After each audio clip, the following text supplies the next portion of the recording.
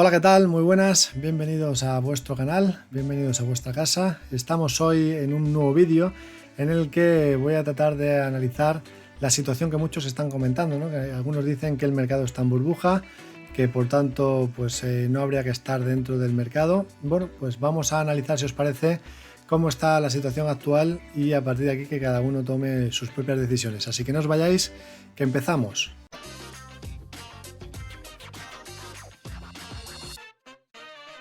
Bien, bueno, vamos a empezar analizando los fundamentos y la macro, cómo está la situación actual.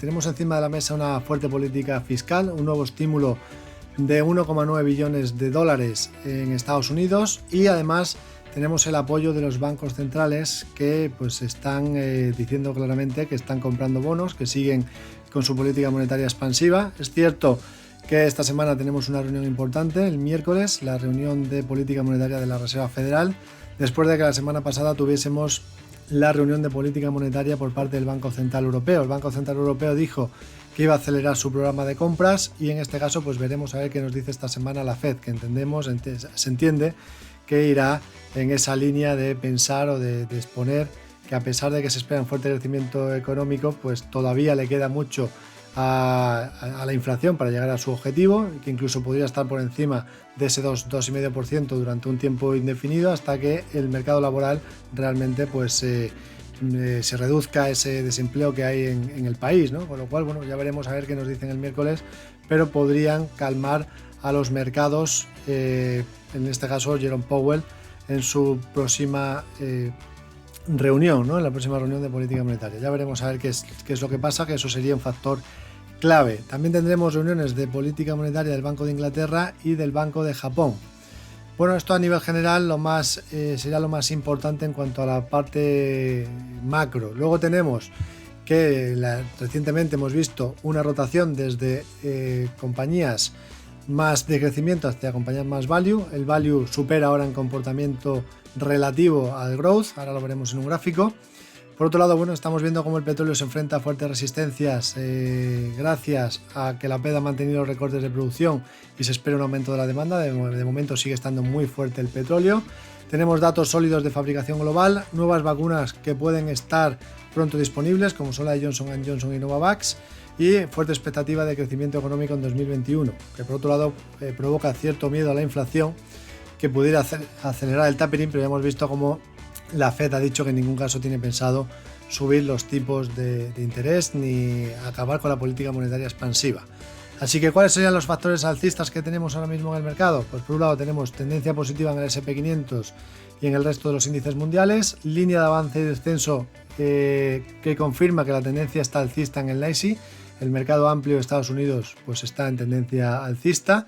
Tenemos más del 80% de los valores del NYSE cotizando por encima de la media de 200, la media de largo plazo, con lo cual indica que la tendencia es alcista. Tenemos empresas tecnológicas que bueno, están ahora mismo en una fase más de corrección lateralidad.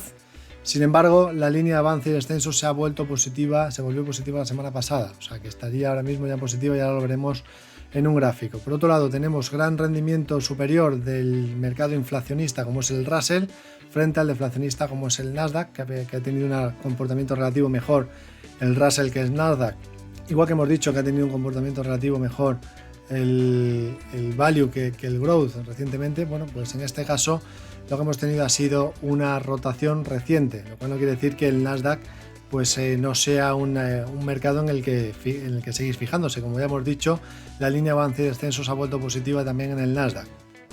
La liquidez sigue siendo un factor alcista para las acciones. Este fin de semana se han empezado a entregar los cheques en Estados Unidos por valor de 400.000 millones y se estiman que 160.000 millones van a ir a la bolsa, con lo cual eso es un factor también de más liquidez que puede ir a los mercados. Por otro lado, hemos visto que la dimensión fractal se derrumbó en el rendimiento de los bonos a 10 años, ahora lo veremos, y el VIX se sitúa en una zona tranquila. Y luego tendríamos factores bajistas, estacionalidad débil en marzo.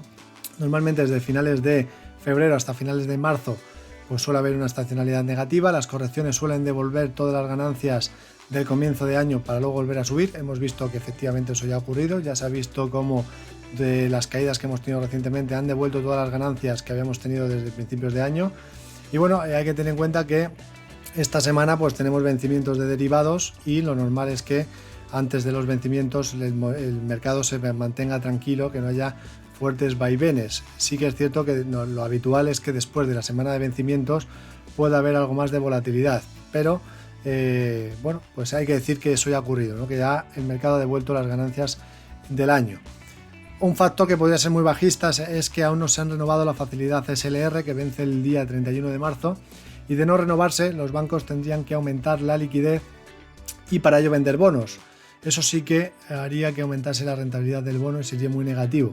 Ahora mismo los bancos tienen unos requisitos de liquidez que si se hace que tengan más, que necesiten tener más liquidez, pues tendrían que vender activos que tengan en cartera, y entre ellos evidentemente podrían ser los bonos. Mientras si vemos que esta semana la Reserva Federal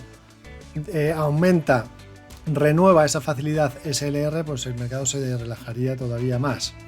Por otro lado, hemos visto cómo Deutsche Bank y Societe Generale han comentado que el objetivo de rentabilidad del bono americano a finales de 2021 se situará entre el 2 y el 2,25%. Bueno, pues están pensando que efectivamente la inflación va a aumentar y que por tanto eso va a hacer que aumente la rentabilidad del bono. A partir de ese porcentaje sí que podría ser un poquito más preocupante para el mercado, pero de momento se sitúa en el 1,6% y que, como decimos, va a ser muy importante lo que diga la Fed esta semana. Luego es cierto que otros factores bajistas que podríamos tener es que se esperan rebalanceos de final del trimestre y se estima que puedan llegar a los 300.000 millones. Con lo cual, bueno, pues eso podría compensar en cierta manera el dinero que vaya por otro lado por parte de los cheques de Estados Unidos a los ciudadanos, que van a meter gran parte en sus acciones, ¿no? En inversiones en renta variable. Pero bueno, a nivel general, tendencia alcista en el S&P 500, no ha perdido ningún soporte, el soporte 3.722, eso está intacto, y recientemente pues hemos visto cómo ha roto la directriz que unía la sucesión de los máximos y mínimos decrecientes, con lo cual positivo en este caso el S&P. Si vemos la línea avance y descenso del NYSE, se ha vuelto a situar en territorio positivo tras superar la media de 13 exponencial, y además ha dado un cruce positivo también el MACD, con lo cual, bueno, pues de momento indica que el mercado seguiría estando tranquilo. Como hemos dicho, más del 80%, 88% de los valores del NYSE están cotizando por encima de la media, lo cual quiere decir que el mercado amplio pues está acompañando las subidas. Corrección lateral en el Nasdaq, bueno, hemos tenido esa ligera corrección. De momento, pues un poco más de incertidumbre por la rentabilidad de los bonos en la tecnología, pero tampoco es algo que en principio pues esté siendo demasiado preocupante. El soporte aguanta bien los 12.220. De perder ese soporte, pues entonces ya tendríamos cierta preocupación adicional, pero hemos visto que el Nasdaq ha vuelto a situarse por encima de las medias y que además estaría dando un cruce positivo en cuanto a su línea de avance y descenso. Eso es positivo en teoría para el mercado. Como hemos dicho, la corrección lateral, el Russell mucha fortaleza, tendencia claramente alcista, las compañías de pequeña capitalización del mercado americano, y lo que decíamos aquí también, que relativamente el value se está comportando mejor que el momentum en las últimas semanas, con lo cual lo que estamos viendo es simplemente cierta rotación. A nivel general de posicionamiento de los clientes de IG, que en este caso nos marcan que pueden estar pensando los inversores minoristas a nivel general, pues hay bastante pesimismo. A pesar de las subidas del mercado, tenemos 80% de bajistas en el Dow Jones, 81% de bajistas en el DAX, 57% de bajistas en el S&P. Esto por ley de sentimiento contrario normalmente suele ser positivo para el mercado. Por otro lado, hemos visto que la dimensión fractal del T-Note ha colapsado esta semana, la semana pasada, y cuando ha ocurrido eso anteriormente, lo que hemos visto ha sido reversiones de la rentabilidad. Es decir, entre el 65 y el 70% de probabilidad de que ocurra una reversión nos indica cuando esto ocurre. Quiere decir que cuando ha venido subiendo y ha habido un colapso de la dimensión fractal, ha habido una corrección. Cuando ha habido una corrección y ha habido un colapso, ha habido un rebote. Y ahora pues estaríamos en la fase en la que pues tendríamos que ha habido un impulso fuerte de la rentabilidad del bono, y que, entrando en colapso, podría haber alguna corrección. Evidentemente dependerá mucho de lo que diga la Reserva Federal. La cotización del T-Note de momento aguantando ese soporte en precio, pues, resistencia en rentabilidad, y bueno, pues aquí a vigilar. Si deja ahí esa especie de doble suelo, si rompiese este máximo en precio, podríamos tener un rebote adicional en precio y por tanto de caída en rentabilidad.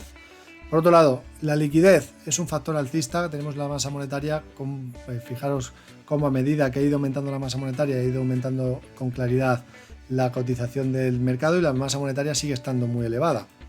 De hecho, esto lo que nos indica es que si lo comparamos la total de activos de la Reserva Federal con el SP500, el PER del SP500 a 12 meses, lo que vemos es que las valoraciones estarían justificadas debido a la masa monetaria que hay en el mercado. Con lo cual, ante más masa monetaria, es normal que los PER sean más altos o que las valoraciones sean más altas. Evidentemente esto podrá empezar a tener efecto negativo cuando la masa monetaria se empieza a reducir, con lo cual de momento se podría decir que mientras la masa monetaria sigue estando a esos niveles, pues las valoraciones estarían justificadas. Y por otro lado, como decimos, balance de la Fed soporta esas valoraciones con el SP a 12 meses. Aquí tendríamos la línea del SP500 con el PER proyectado a 12 meses y aquí tenemos la masa monetaria muy por encima de ese PER, así que bueno, pues en principio estaría soportado. Y luego tenemos al VIX en zona tranquila con el vencimiento de las opciones que acabamos de tener la semana pasada. Ahora hay una menor propensión a la volatilidad, teniendo en cuenta que esta semana vencen derivados y luego ya evidentemente después de los derivados podríamos tener algo más de volatilidad, ¿no? Después de esos vencimientos. Así que de momento, para aquellos que dicen que hay burbujas, bueno, es cierto que las valoraciones son altas, pero porque la masa monetaria es alta. Evidentemente, mientras eso siga así, pues las valoraciones teóricamente podríamos decir que estarían soportadas. Así que dicho esto, desearos a todos una feliz inversión, felices inversiones y feliz trading. Un saludo, hasta pronto.